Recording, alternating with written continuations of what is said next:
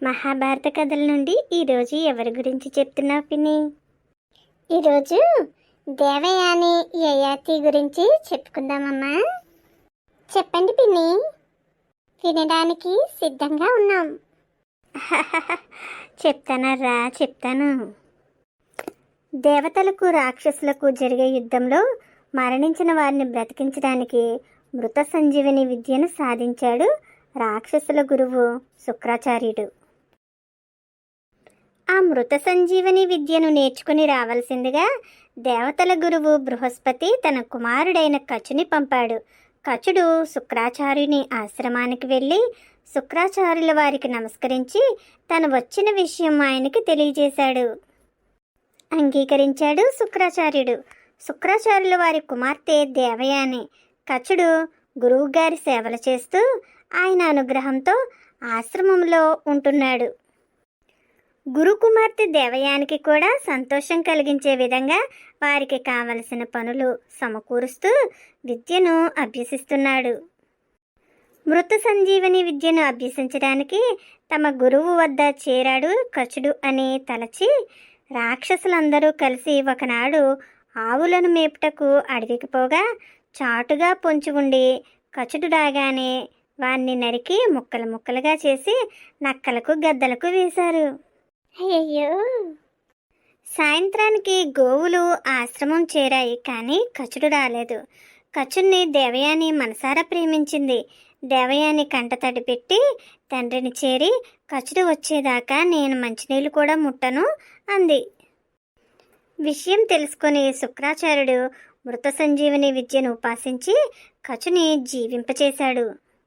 ఒకసారి దేవయాని కోరిక మేరకు పూలు తేవడానికి అడవికి వెళ్ళిన కచుని చంపి శరీరాన్ని బూడిద చేసి సముద్రంలో కలిపారు రాక్షసులు.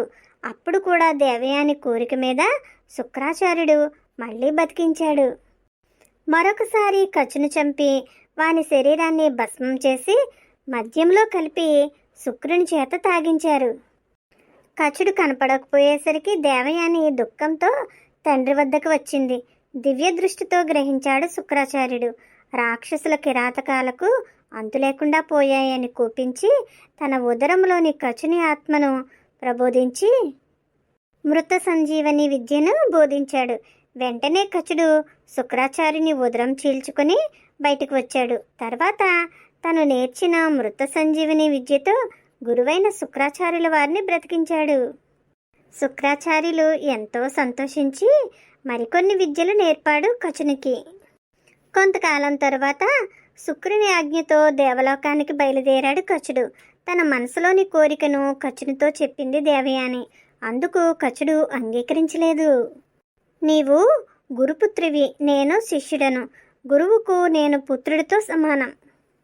ఆ విధంగా నీవు నాకు సోదరివి అవుతావు అని ఆమె ప్రేమను తిరస్కరించాడు కచుడు. దేవయాని కోపంతో నీవు మా నాన్నగారి వద్ద నేర్చిన విద్య నీకు పనిచేయదు అని శపించింది. అందుకు కచుడు, గురుపుత్రి, క్షణికావేశంతో శపించావు.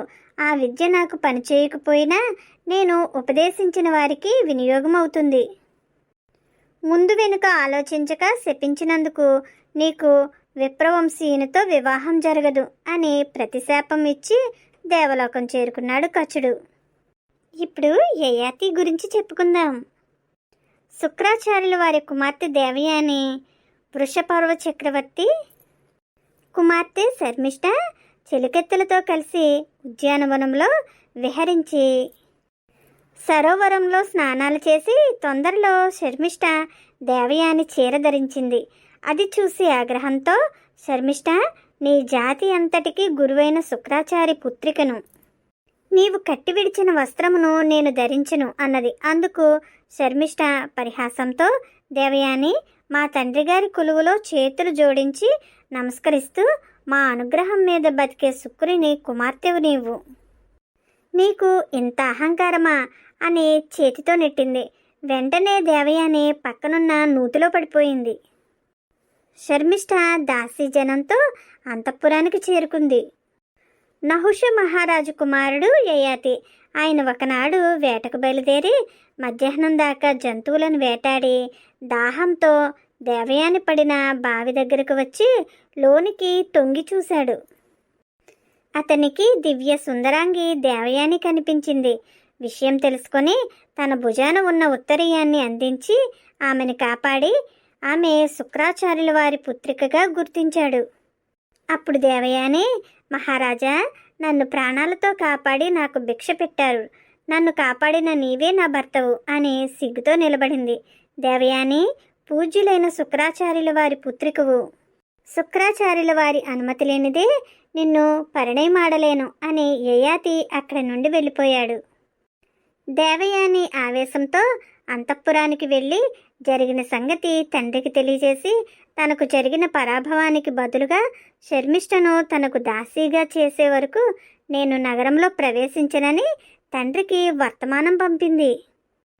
శుక్రాచార్యుడు జరిగిన విషయం అసుర చక్రవర్తికి తెలియచేసి ఆ విధంగా జరగకపోతే తాను నగరం విడిచి వెళ్తానన్నాడు. అందుకు రాజు ఎంతో ఆలోచించి పురోహితుల ప్రాధాన్యం గుర్తించి రాజు విచారంతో ఉండగా శర్మిష్ఠ విషయం తెలుసుకొని, నాన్న, ప్రజాక్షేమం మీ క్షేమం కోసం నా పరిచారికలతో గురుపుత్రికి దాసిగా వెళ్తాను అన్నది. వెంటనే శర్మిష్ఠ దేవయాని వద్దకు దాసిగా సేవా కార్యక్రమాల్లో మునిగిపోయింది. ఒకనాడు వనవిహారంలో ఉన్న శర్మిష్ఠను యయాతి మహారాజు చూశాడు. యయాతి వారిని సమీపించి వివరాలు తెలుసుకున్నాడు.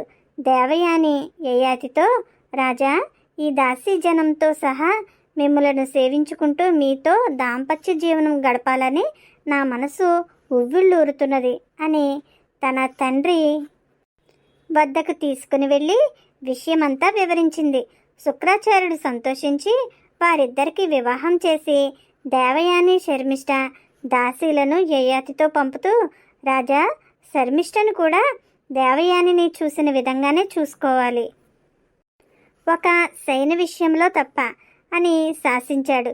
యయాతి తన రాజధానికి చేరి దేవయాని ఆజ్ఞ ప్రకారం శర్మిష్ఠకు ప్రత్యేక మందిరం కట్టించి అందులో ఉంచాడు. కొంతకాలానికి దేవయాని ఒక పుత్రుని కన్నది.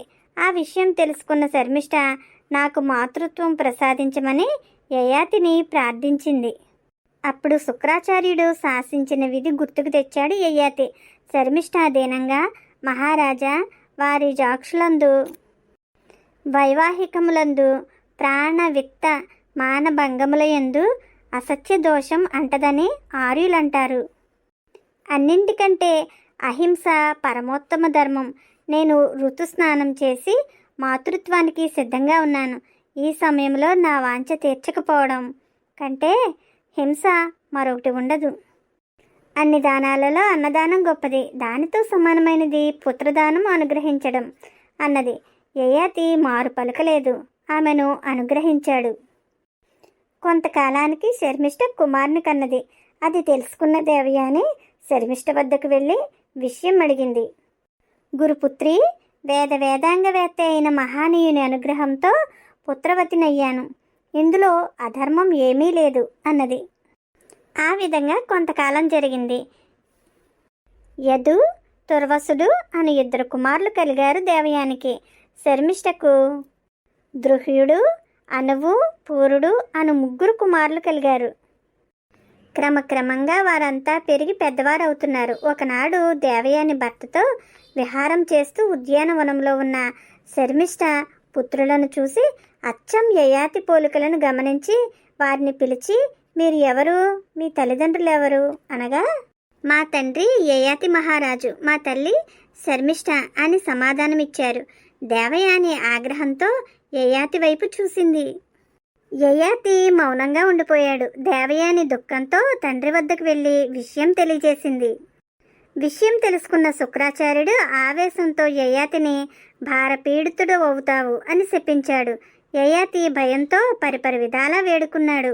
ఇప్పుడు కొంత శాంతించి శాప పరిహారం అనుభవింపక తప్పదు. అయితే నీ కుమారులో ఎవరైనా నీ ముసలితనాన్ని సంతోషంతో స్వీకరించి తన యవనాన్ని నీకు దారిపోస్తే నీ కోరిక తీరుతుంది అని తెలిపాడు శుక్రాచార్యుడు. చేయనది లేక అంతఃపురం చేరాడు యయాతి. తన పెద్ద కుమారుని యదువుని పిలిచి విషయం తెలియజేశాడు. అందుకు యదువు తండ్రి మాట తిరస్కరించాడు. కోపంతో యయాతి నీ సంతానానికి రాజ్యపాలన అర్హత ఉండదు అన్నాడు. తర్వాత కుమారుని తుర్వసుని పిలిచి విషయం చెప్పాడు. అంగీకరించలేదు. నీ సంతానమంతా నశించిపోతుంది అన్నాడు.